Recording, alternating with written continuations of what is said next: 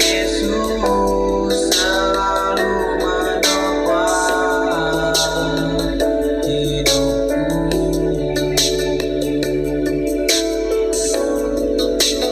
Karena Yesus selalu menopang hidupku.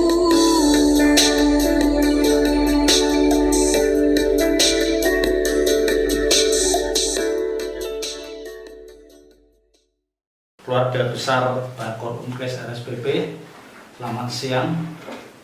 Puji Tuhan kalau hari ini kita diberi kesempatan untuk kita belajar dari sebagian kebenaran firman Tuhan.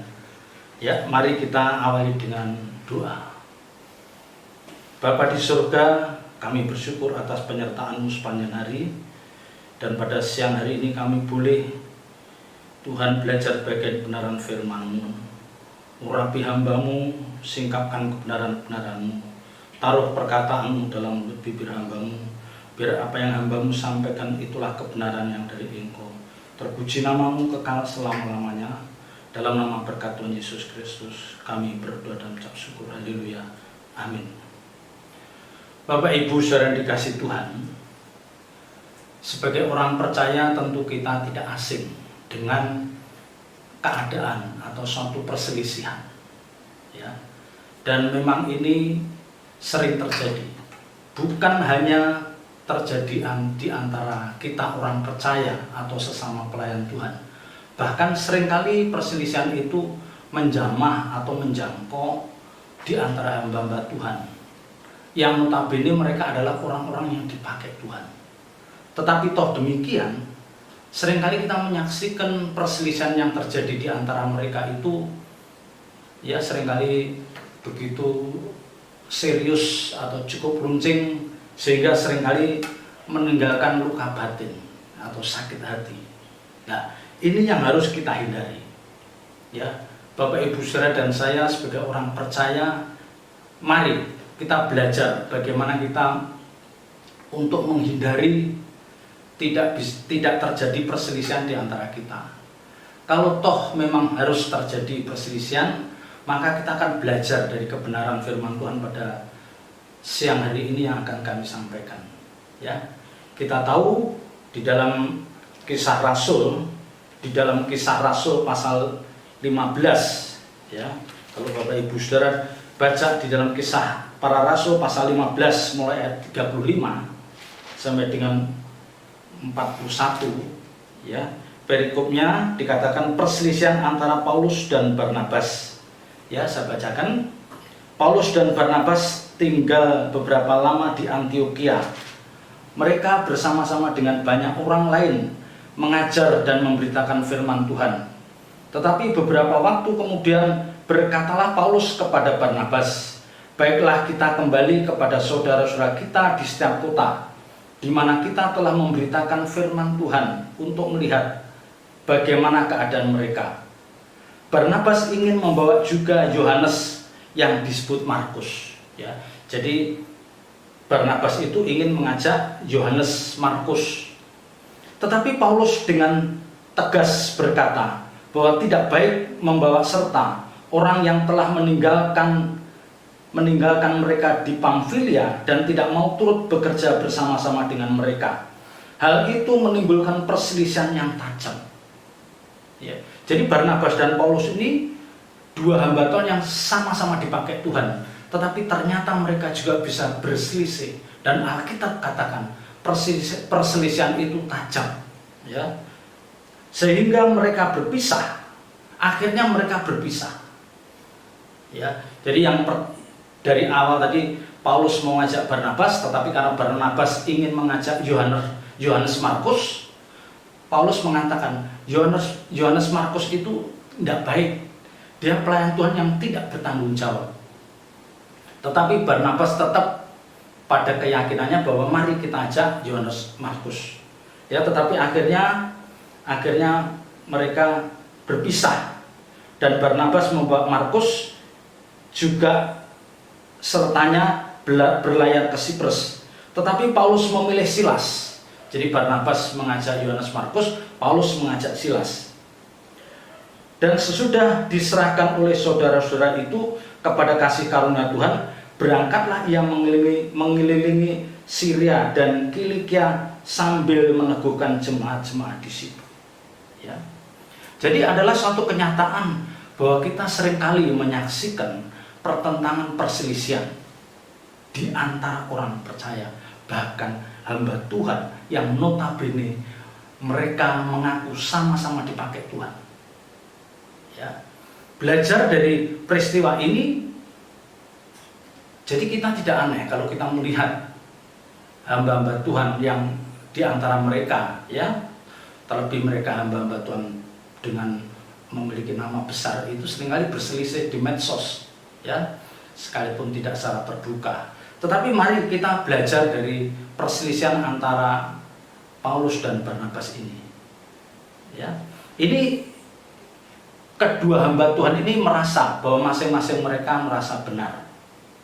Ya, mereka merasa benar. Dan kita tidak meragukan lagi dua orang ini. Ya. Kalau kita lihat di dalam Kisah Rasul pasal 13. Kalau kita lihat dalam Kisah Rasul pasal 13 ayat 2 dan 3, di situ dikatakan, pada suatu hari ketika mereka beribadah kepada Tuhan dan berpuasa, berkatalah Roh Kudus. Ya, berkatalah Roh Kudus, khususkanlah Barnabas dan Saulus bagiku. Ya, Saulus itu nama dari Paulus ketika belum bertobat, dia namanya Saulus. Untuk tugas yang telah kutentukan bagi mereka, maka berpuasa dan berdoalah mereka. Dan setelah meletakkan tangan ke atas kedua orang itu, mereka membiarkan keduanya pergi.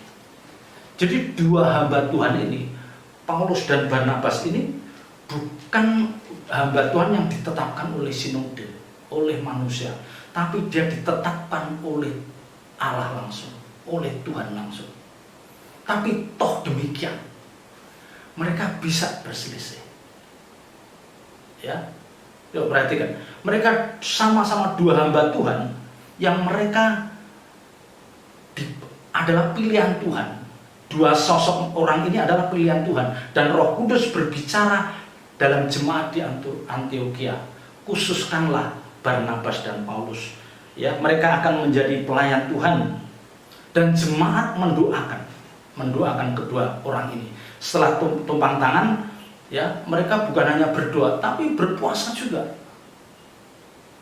Berpuasa juga, supaya kedua hamba Tuhan ini benar-benar dipakai Tuhan, dan pekerjaan Tuhan akan diberitakan secara lebih efektif. Tetapi kenyataannya di tengah jalan, ternyata bisa juga mereka berselisih. Dan ayat 39 katakan, perselisihan ini tajam, artinya serius, dan tidak ada yang mau mengalah. Apakah Barnabas itu ngalah? Ya ngalah, oke deh, aku tidak mengajak Yohanes Markus. Atau Paulus yang mengalah, oke deh, ajak aja dia. Tapi ternyata dua-duanya tidak mengalah. Barnabas tetap pada pendiriannya, dia mengajak Yohanes Markus, tetapi Paulus tidak mau ngajak. Ya, nah, kita tahu, ya, kita tentu ingin tahu latar belakang mengapa Paulus itu ngotot tidak mau ngajak Yohanes Markus ini. Ya. Nah, ternyata di dalam Kisah Rasul 13 ayat 13, kalau kita baca Kisah Rasul 13 ayat 13, lalu Paulus dan kawan-kawannya meninggalkan Pafos dan berlayar ke Perga di Pamfilia. Tetapi Yohanes, ini maksudnya ini, yang dimaksud ini adalah Yohanes Markus, ya, meninggalkan mereka lalu kembali ke Yerusalem. Jadi ini masalahnya di sini. Masalahnya Paulus itu marah. Yohanes Markus itu orang yang tidak bertanggung jawab. Maka tadi di dalam Kisah Rasul 15 tadi kan dikatakan dia pernah meninggalkan pelayanan. Bagi seorang Paulus yang dia memiliki antusias, semangat besar dalam pekerjaan Tuhan, dia tidak bisa melihat orang seperti itu. Ya, dia nggak bisa melihat dulu kamu pernah mengecewakan dalam pelayanan, maka dalam diri Paulus tidak bisa. Jadi ketika Barnabas mengajak Yohanes Markus, benar-benar Paulus menentang itu. Tidak bisa. Dia orang yang tidak bertanggung jawab. Nah, sekarang mengapa Barnabas itu ngotot ngajak Yohanes Markus? Dari sudut pandang Barnabas, Barnabas bukan tidak tahu kalau Yohanes Markus itu pernah meninggalkan pelayanan, seperti Kisah Rasul 13 ayat 13. Tetapi ya, ini yang membedakan cara pandang Barnabas dan Paulus. Tetapi Barnabas ini memberikan kesempatan kedua bagi Yohanes Markus. Mungkin dia akan memperbaiki. Ya. Jadi kan kita seringkali melihat apakah anak buah kita ataukah saudara kita itu kan pernah dia melakukan kesalahan terhadap kita. Ya. Kita lihat kesalahan yang pernah dilakukan. Tapi kan kita tidak serta-merta memvonis, menghakimi bahwa wah kamu nggak bisa kerja sama saya. Ya. Kan kita harus selalu memberikan kesempatan pertama, kesempatan kedua, kesempatan ketiga untuk mereka berubah. Berikan mereka kesempatan untuk berubah. Karena pada prinsipnya tidak ada seorang pun yang tidak pernah melakukan kesalahan. Nah, ini mungkin yang ada di dalam benak Barnabas. Maka ketika Yohanes Markus melakukan kesalahan dan itu benar-benar dikecam, dicela oleh Paulus, dan akhirnya Paulus memutuskan lebih baik saya tidak pergi sama Barnabas.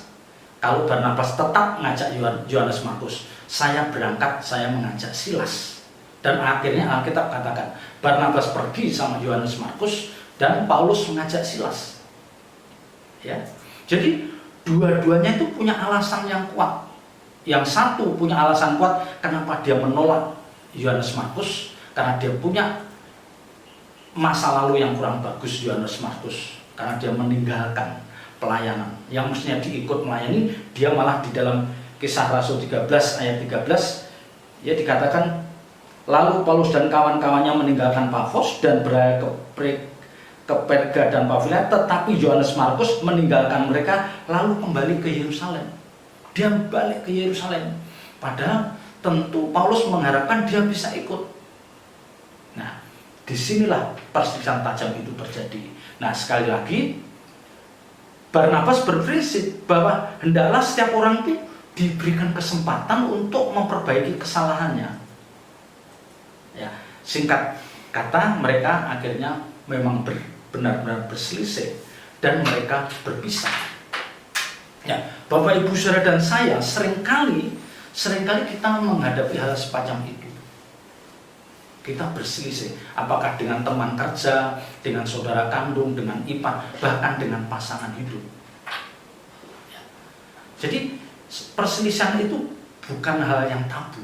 Sekali lagi di depan saya katakan bahwa hamba-hamba Tuhan yang dipakai Tuhan, yang kita tahu di Jakarta, di Indonesia ini, berapa hamba Tuhan mereka bisa berselisih. Ya. Tapi bagaimana akhir dari perselisihan itu? Nah, kita mau lihat akhir dari perselisihan antara Paulus dan Barnabas ini. Ya. Jadi perselisihan itu memang tidak bisa dihindari. Karena melalui perselisihan yang diizinkan Tuhan terjadi, ya, perselisihan yang diizinkan Tuhan terjadi itu mau memproses orang-orang pilihannya.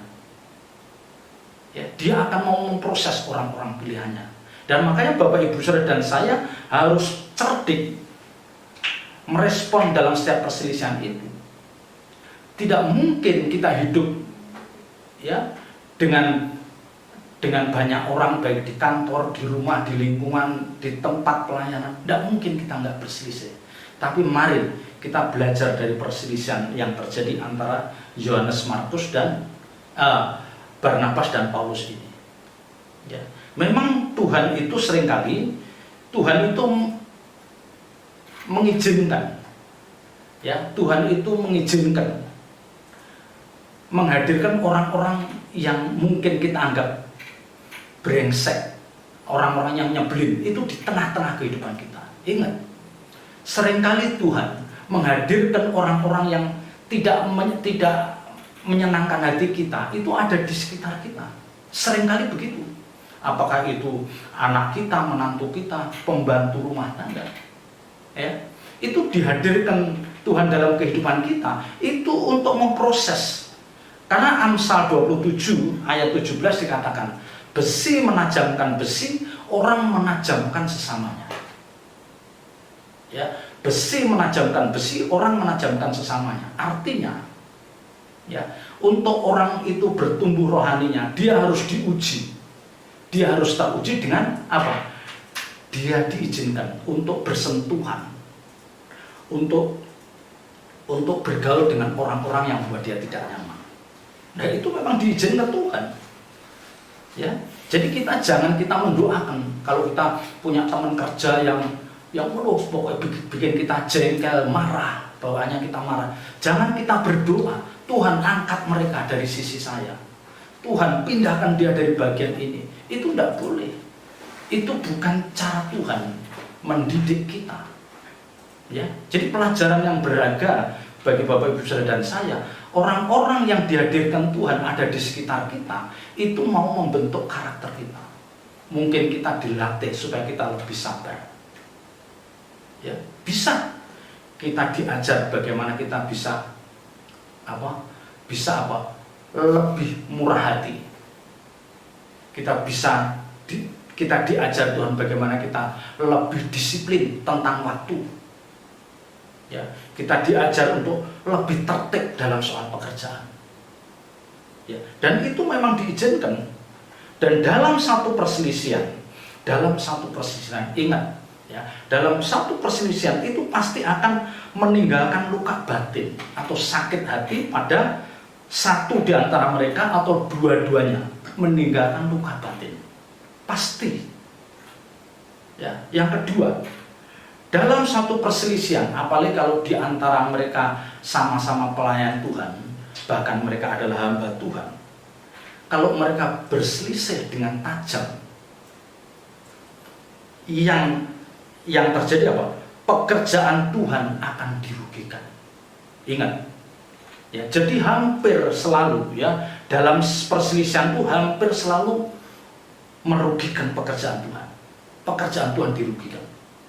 Di gereja, di rumah, pasti.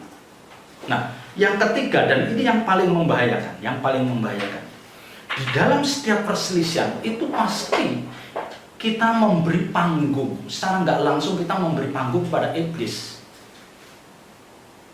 Ingat, dalam satu perselisihan, kalau itu tidak cepat diselesaikan, kita seperti memberi panggung iblis. Jadi iblis dapat panggung, dia dapat peran.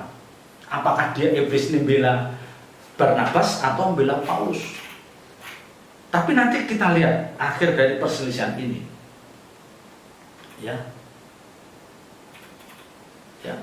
Tapi ya, dari perselisihan ini, pelajaran yang baik yang kita lihat dari pelajaran terbaik yang kita lihat dari perselisihan antara Barnabas dan Paulus. Yang pertama, sekalipun dalam perselisihan, mereka tetap fokus dalam menyelesaikan tugas pelayanan.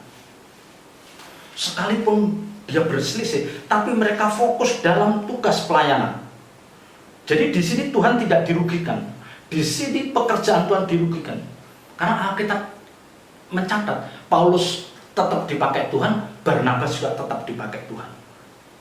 Ya. Dan dalam perselisihan ini mereka tidak memberi panggung bagi iblis untuk merusak rencana Allah. Untuk merusak rencana Allah, tidak. Nanti kita lihat. Ya. Nanti biarlah waktu yang akan membuktikan. Ya. Waktu yang akan membuktikan apakah perselisihan mereka itu merugikan pekerjaan Tuhan, ataukah perselisihan kedua orang ini akan memberikan panggung pada iblis. Nah, ini waktu yang akan membuktikan. Ya. Jadi kita akan melihat ternyata Bapak Ibu saya dikasih Tuhan. ternyata mereka adalah orang-orang yang benar-benar fokus dalam pekerjaan Tuhan. Kalau kita lihat di dalam 2 Timotius pasal 4, ya kita lihat, kita baca di dalam 2 Timotius pasal 4. 2 Timotius pasal 4 ayat 11. 2 Timotius pasal 4 ayat 11. Hanya Lukas yang tinggal dengan aku. Jemputlah Markus dan bawalah ia kemari, karena pelayanannya penting bagiku. Nah, dikatakan di sini, jemputlah Markus dan bawalah ia kemari, karena pelayanannya penting bagiku. Markus di sini adalah Yohanes Markus yang dulu ditolak oleh Paulus. Heran kan? Jadi ternyata setelah berjalannya waktu membuktikan bahwa perselisihan keduanya ini tidak merugikan pekerjaan Tuhan dan tidak meninggalkan luka batin. Ingat, pelajaran yang baik dari perselisihan ini, mereka tidak menimbulkan luka batin, pekerjaan Tuhan tidak dirugikan, dan tidak memberikan panggung pada iblis. Ini terbukti dari apa? Dengan sportif Paulus mengatakan, jemputlah Markus, mereka pelayanan penting bagiku. Jadi Paulus menganggap bahwa Yohanes Markus itu penting bagi dia. Artinya apa? Dia tidak mendendam. Dia tidak mendendam dengan apa kesalahan Yohanes Markus yang masa lalu dia lupa. Dia yang tahu Yohanes Markus yang saat ini sudah berubah. Ya. Paulus tidak mendendam, dia orang yang sportif. Nah, di samping itu Barnabas bisa menunjukkan bahwa dia bisa membuktikan bahwa saya atau Barnabas berhasil merubah Yohanes Markus menjadi pribadi yang bertanggung jawab. Ya. Jadi alasan Barnabas tadi tetap ngotot ngajak Yohanes Markus bisa dibuktikan ternyata dia berubah. Dan ini diakui oleh Paulus. Paulus mengatakan, jemputlah Markus. Ya, jemputlah Markus dan bawalah ia kemari, karena pelayanan penting bagiku. Betapa kedua rasul itu memberikan pelajaran yang luar biasa bagi kita. Ya. Jadi pekerjaan Tuhan tidak dirugikan. Dua-duanya, dua sosok itu mengutamakan pekerjaan Tuhan, dan tidak ada luka batin yang tertinggal di antara mereka. Kalau ada luka batin, pasti Paulus tidak mungkin dia mementingkan Yohanes Markus suruh jemput, tidak mungkin. Dia pasti masih dendam, dia pasti masih sakit hati. Tetapi ternyata dia orang yang sportif. Dan kita belajar dari Paulus. Kita harus mengakui, kita harus sportif. Orang yang dulu bisa berbuat salah, ternyata dia diberikan kesempatan berubah, ternyata dia mampu berubah. Dan Barnabas gimana? Barnabas tetap yakin bahwa orang itu bisa berubah, dan dia bisa membuktikan bahwa Yohanes Markus bisa berubah. Ya, jadi Barnabas berhasil mendidik, merubah karakter Yohanes Markus yang dulu tidak bertanggung jawab, sekarang menjadi pribadi yang bertanggung jawab. Bahkan Paulus pun sampai memerlukan dia. Ya. Jadi Bapak Ibu Saudara dikasihi Tuhan, yang menjadi pegangan kita adalah tidak mungkin Tuhan memakai dua hamba Tuhan untuk menjalankan misinya, sementara dua hamba Tuhan itu berselisih tajam satu sama lain, yang perselisihan itu tidak berakhir. Jadi tidak mungkin.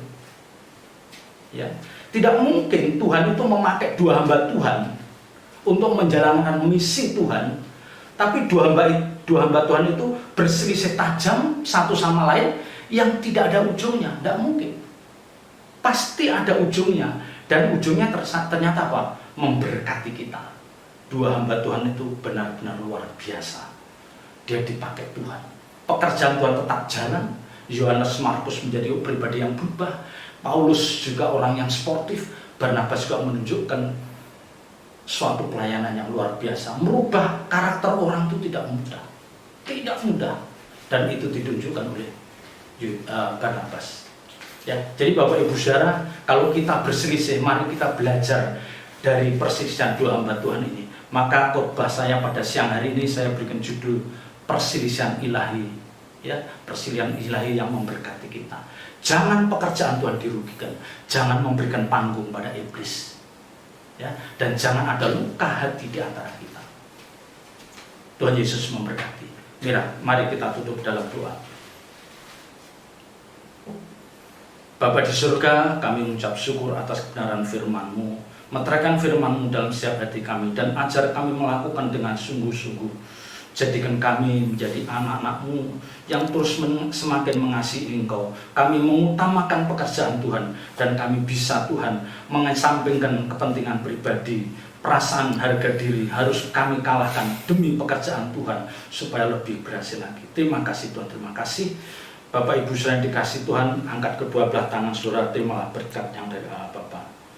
Dengan demikian Bapak Ibu saudara yang dikasih Tuhan, terimalah nikmat berkat yang dari Allah Bapa, cinta kasihnya yang kekal dari Tuhan Yesus Kristus, dan dalam persekutuan kuasa Roh Kudusnya mulai siang hari ini sampai Maranatha, Tuhan menyertai perjalanan hidup Bapak Ibu saudara. Dalam nama berkat Tuhan Yesus Kristus kami berdoa dan mengucap syukur.